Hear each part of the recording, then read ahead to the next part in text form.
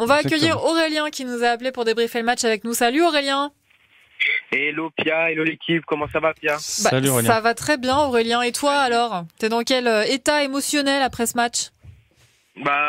Franchement assez bouleversé dans le sens où alors moi, comme je disais à Oumaïma qui est au Standard, à qui je passe le big up à l'antenne, c'est gentil, comme je lui disais au Standard, en fait genre le match pour moi, le résumé, enfin le mot qui pourrait résumer ce match, c'est juste nul. Dans le sens où non mais clairement, dans le sens où oui, Messi nous a mis un bon bijou en première mi-temps, le but il était magique, genre vraiment magistrat. Et d'ailleurs le seul point positif, c'est qu'on se rend compte que Messi il est vraiment réveillé. Mais Mbappé, qu'est-ce qu'il a fait Mbappé sur le terrain? Mbappé il a rien fait du tout. Il a pas touché quasiment un seul ballon, enfin j'exagère peut-être un petit peu. Un poil. Et la défense, non mais la défense, franchement, mais la défense. Il y a quelques années, tu sais, je faisais une blague à nos ennemis marseillais, je leur disais quoi? Je leur disais quelle est la différence entre l'OM et un éléphanto? Aucune, parce que tous les deux n'ont pas de défense. Là, c'est nous qui n'avons pas de défense, tu vois. Oui, et ce que tu dis Aurélien, ça rejoint ce que disait Aymeric à l'instant. C'est-à-dire que finalement, il y avait un vrai problème en défense, alors que normalement, dans une défense à 3, on est au max 5 en défense et qu'on est quand même censé avoir des défenseurs assez excellents. Aymeric, on avait un peu le sentiment que finalement, le meilleur sur la ligne de 5, c'était Danilo hier. C'est pas une impression, c'est que c'était le meilleur et ça fait plusieurs matchs que lui fait le travail. Alors que on sait tous que c'est un milieu de terrain, même s'il a déjà joué tous sauf Thomas Tuchel. Oui, t'as eu des petits doutes. Oui. À l'époque. Il était fatigué en fin de. Mais non, c'est affligeant. C'est Danilo effectivement qui fait la meilleure impression défensive, qui a comblé les manques de son latéral à gauche. Même si j'adore Nuno Mendes. Mais il a des carences défensives, qui a comblé aussi les bêtises de Ramos en début de match. À un moment, Ramos, il nous faisait des relances avec coups de pied, des passes qui traversent la surface et qui en plus des passes d'ailleurs, il s'est fait sortantes. engueuler par Danilo, d'ailleurs. Hein. Il lui fait des passes et c'est complètement indigent ce qu'il fait. C'est hyper dangereux. Donc c'est inquiétant, et c'est inquiétant aussi que Didio Donnarumma soit quasiment l'homme du match. Quand votre gardien c'est l'homme du match, c'est inquiétant, mais c'est quand même pour le coup positif qu'il ait fait un match plein. Mais c'est inquiétant pour votre animation défensive quand même. Tout à fait. Aurélien, reste avec nous parce que tu nous as aussi parlé de Kylian Mbappé. J'aimerais bien avoir la réaction d'Aymeric à tes propos. Tu restes? Ouais, bien sûr, je suis là. Moi. Cool. À tout de suite. On revient. Salut. 100% PSG sur France Bleu Paris. Pia Clément. Pia Clément avec Aymeric Le Ménien qui est en studio avec moi ce soir. Vous le connaissez, il est instit à l'école du Parc des Princes, l'école de la République qui est au pied du parc. Voilà, ça n'a finalement rien à voir avec le PSG en vrai, c'est juste que, non, malheureusement. Voilà, que c'est juste au pied du parc. Aymeric est aussi auteur pour le site internet Virage et qui est abonné en tribune au parc, en tribune Auteuil depuis plusieurs décennies. Ça commence à faire très très longtemps. Eh oui, ma bonne dame. Voilà. Et Aurélien est avec nous aussi par téléphone. Alors Aurélien, on a un petit peu fracassé la défense du Paris Saint-Germain, mais tu as eu des propos très durs aussi pour le match de Kylian Mbappé. Je te trouve un peu dur, moi, Aurélien. T'exagères pas un peu sur Kiki, là? Non, parce que Kylian, de base, nous a habitués à faire des gros matchs en Champions League, il nous a habitués à marquer beaucoup de buts. De base, c'est vraiment la Ligue des Champions qui le réveille. Voilà, hier, l'année dernière, il faisait quand même partie des meilleurs buteurs de la Ligue des Champions. Et malheureusement, là, je sais pas, moi, hier, Kiki, je l'aime beaucoup, hein, c'est un très grand joueur. Et ça, on peut pas le nier. Hein. C'est vraiment notre Kiki à nous et on l'aime très très fort. Là, tu me fais plaisir. Toute sa vie à Paris. Ouais. Mais par contre, hier, il a vraiment fait un match. J'ai vraiment pas aimé. J'ai vraiment pas aimé sa prestation. J'ai vraiment pas aimé son attitude sur le terrain, dans le sens où il a quasiment pas touché de ballon. Même Bruno le disait pendant le match. Faut pas le nier. C'est vrai qu'il a touché peu de ballons. Le disait pendant le match, il a touché très peu de ballons et il a vraiment pas fait grand chose, quoi. C'est vraiment dommage. Alors moi, il y a un truc qui m'inquiète. Je sais pas ce que vous en pensez, Aymeric. Je sais pas pourquoi je vous vois aujourd'hui, Aymeric. J'ai pris de l'âge peut-être. Oui, on est entre amis là. Ouais, c'est clair. On est entre supporters. Je crois que je vais repasser au-dessus. Ce sera plus naturel. Je fais une parenthèse. Je vous explique pourquoi en radio et en télé tout le monde se vous voit. C'est pas pour faire semblant qu'on se connaît pas. C'est pour pas exclure les gens qui nous écoutent et qui du coup ont l'impression qu'on est entre copains et qu'on parle sans eux. En fait, on a envie de vous inclure dans la conversation, donc on dit vous. Voilà. Bon, bref. T'as raison. Tu vois. Ouais, voilà, tu vois, c'est ça. Alors, parenthèse refermée. Donc, Aymeric, qu'est-ce que toi t'as pensé de la prestation de Kylian? Et est-ce que on commence pas à avoir l'impression qu'avec Galtier, il n'exprime pas son plein potentiel, Aymeric? C'est compliqué. C'est compliqué parce que moi j'ai l'impression qu'il est, je le sens boudeur, je le sens râleur. Depuis le début de la saison. Voilà. Et je pense que c'est impossible de remettre en cause ses immenses qualités. C'est un gars qui a porté l'équipe depuis 2 ans, il faut dire la vérité. Maintenant que les 2 autres se soient réveillés cette année, c'est tant mieux pour le Paris Saint-Germain. Maintenant on peut pas jeter au feu ce qu'on a adoré. Je pense qu'il faut qu'il se remette en question, qu'il se remette la tête à l'endroit. Qu'il pense au football aussi, non? Ouais, il est pas un peu dispersé sur... Il y a eu plein d'affaires extra-football. Est-ce que ça l'a touché ou pas? On n'en sait rien. On sait pas toutes ces choses-là. Est-ce que il s'est mis de la jalousie en tête? Moi, je pense qu'il doit retourner aux fondamentaux comme il faisait avant. Il kiffait le foot, il aimait le foot, il pensait foot, il vivait foot. Qu'au foot, en fait. Et voilà, remets-toi dans le foot, fais-toi plaisir, mon pote. C'est impossible qu'il ait perdu toutes les qualités qu'il a, mais je le sens déconnecté du jeu des 2 autres, alors qu'à un moment ils étaient connectés à 3, ou en tout cas. Même et là, je le sens à côté. Je sens que les 2 autres sont connectés et lui il est à côté. Mais est-ce que Aurélien, qu'on n'a pas aussi le sentiment que plus Neymar et Messi sont à l'aise et sont en connexion, et plus Mbappé finalement s'exclut lui-même? On a l'impression que les équilibres sont en train de changer et ça lui plaît pas à Kylian. Aurélien. Ouais, c'est ça, mais je pense que, voilà, l'année dernière, il était dans une euphorie pas possible. Tu vois le nombre de buts qu'il a marqué en Ligue 1. Je pense que parce que, quelque part, c'était lui le patron de l'attaque, c'était lui qui dominait tout. Et là, cette année, comme tu disais, Rico, comme tu disais aussi, Pia, les deux, ils se sont réveillés cette année.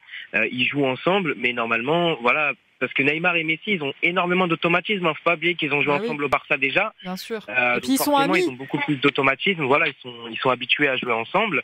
Mais maintenant, Mbappé va peut-être falloir qu'il se remette dans le jus parce que faut dire ce qui est. Au bout d'un moment, il va perdre toutes ses qualités parce que peut-être qu'il est jeune, peut-être qu'il a le temps de les reprendre. Mais à un moment donné, quand tu cours plus, quand tu fais plus ce que tu faisais avant, tu prends de l'âge et on va dire ton potentiel de vitesse, il peut forcément se diminuer, quoi. Donc moi c'est ça en fait qui me fait peur. C'est pour la suite, que ce soit au PSG ou en équipe de France ou peu importe où il va aller après, quoi. Bon, on va lui faire confiance, Kylian. On sent tous qu'il va finir par se remettre la tête à l'endroit et puis l'important c'est qu'il sente aussi qu'on est derrière lui. Je vais réagir sur l'autre sujet. Ah oui, alors après, si ça t'embête pas, ok? Ça marche. Parce que voilà, on va écouter un peu Coldplay avant. Avec le titre My Universe sur France Bleu Paris, on revient donc avec Aymeric Le Ménien et Aurélien. Du coup, à tout de suite. 100% PSG sur France Bleu Paris. Aymeric Le Ménien est avec moi en studio. Il est un ancien Supra, il est un abonné à Auteuil depuis à peu près 54 ans et il est très sympa. Et il a 112 ans. Par ailleurs, il a 112 ans, ça commence à se voir. Et puis Aurélien, restez avec nous. Aurélien, il aura fait toute l'émission avec nous et c'est très cool. Aurélien, tu voulais... Mais c'est un plaisir, écoute. Et tu voulais t'exprimer sur un autre sujet qui n'était pas le débrief du match. On t'écoute, Aurélien. Ouais, je voulais m'exprimer par rapport à ce dont vous parliez au début de l'émission, par rapport aux émeutes des supporters une nouvelle fois, j'ai envie de te dire. Une fois de plus, de toute façon, on les compte plus ces fois-là. Moi, en fait, c'est un truc dans le foot c'est vraiment le point négatif du football que je trouve aujourd'hui, parce qu'il n'y a que dans ce sport où tu vas retrouver des supporters qui sont prêts à castagner les supporters adverses. Alors attends Aurélien, parce que nous on a eu des échos de problèmes avec la police portugaise et avec les stadiers. En revanche, on n'a pas entendu parler de mauvais comportement de la part des supporters portugais. Alors tu fais peut-être référence à quelque chose que nous on ne sait pas du coup. Non, mais je fais référence à ça parce que pour moi les policiers portugais pour moi ça reste des supporters. Je veux dire, c'est des mecs qui habitent à Lisbonne. Tu vois, ils sont à bord du stade. Les stadiers, ils sont aussi dans le stade. Et donc pour moi, ils sont aussi supporters du Benfica Lisbonne. Donc ça engendre vraiment tout. Ça engendre vraiment toutes sortes de supporters, que ce soit stadiers, policiers ou supporters en tribune. Je trouve que c'est n'importe quoi. Moi, dans mon entourage, tu vois, j'ai énormément de collègues qui sont supporters du PSG, énormément d'amis qui sont supporters du PSG, qui aimeraient bien pouvoir, et d'ailleurs j'en fais partie, qui aimerait bien pouvoir aller voir un match dans un stade adverse, tu vois, dans un stade qui n'est pas le Parc des Princes. Mais en fait, ce que je me dis aujourd'hui, c'est Ok, alors est-ce que je vais ressortir de ce stade vivant? Alors Aurélien, je vais te dire un truc, heureusement que tu n'étais pas là dans les années 90, début des années 2000, parce que c'était largement pire à l'époque. Émeric, je pense que tu peux confirmer. Ah oui, il fallait défendre son bout de viande quand on prenait des hameçons lestés sur le coin de la tronche. Des hameçons lestés. C'était autre chose, on donnera pas de stade ni de... Bref. Mais non, là, très honnêtement, le déplacement... c'est mal passé à cause de l'accueil des autorités qui a été plus que limite en restant poli. Maintenant, le déplacement en lui-même, c'est bien passé. C'est-à-dire que nos supporters se sont bien tenus. Il n'y a pas eu de heurts ou de débordements. Il n'y a pas eu de bagarre. Le cortège a respecté tout ce qu'on leur a dit. Mais juste, ils ont été accueillis de façon lamentable et fouillés de façon lamentable. Voilà, et de façon qui aurait pu devenir dangereuse. Nos supporters, ils se tiennent bien. Je veux dire, on va pas passer pour des anges, mais là, on se tient bien. Ouais. Bon, si, quand même, au Paris Saint-Germain, c'est beaucoup plus calme depuis quelques années. Déjà, c'est plus encadré, on peut pas se déplacer de toute façon. Donc, en tout cas, moi, sur Twitter, je continue à recevoir des messages de supporters qui étaient là-bas et qui témoignent de la façon dont ça s'est passé. Et ils sont tous très en colère. Et pour eux, c'est ça qui est important aussi à dire pour les supporters qui n'ont pas l'habitude de faire des déplacements avec les ultras. Pour eux, c'était une situation qui était anormale et qui était inhabituelle. Ça se passe pas comme ça dans tous les déplacements et c'était particulièrement choquant pour eux. Oui, puis il y a des pères de famille qui se déplacent de temps en temps qui veulent emmener leur gamin de 12 ans, de 13 ans ou des mères oui. Et vous imaginez les gamins qui sont derrière le père qui se fait fouiller le caleçon, il y a un moment faut être sérieux quoi. Ouais. Mais on peut rassurer les supporters portugais qui viennent tranquilles. Déjà il y en a un paquet en France, eux ils seront accueillis normalement. Voilà, et on a Valdo que je connais voilà, Valdo que je connais bien aussi, qui est évidemment c'est un surnom, Valdo en vrai il s'appelle Vincent, qui m'envoie des messages pour apporter lui aussi son témoignage et qui dit qu'il a vu des supporters non ultras qui se sont fait tabasser, qu'il a vu les photos des marques qu'ils avaient sur le corps et c'est ce que disait aussi Bruno Salomon sur la marque que lui-même a vue sur la main d'un supporter parisien. Ce supporter-là, il avait les mains dans le cortège, il avait mis les mains, vous voyez comme les pharaons égyptiens, il avait croisé ses mains sur sa poitrine pour se protéger la poitrine des coups de matraque et il s'est pris un coup de matraque sur les mains, donc juste en dessous du menton et il a la main toute bleue. Voilà. Mais c'est pire qu'une prison turque, quoi. Alors, pour avoir croisé des supporters qui ont été dans des prisons turques, non, on n'est pas pire que la prison turque.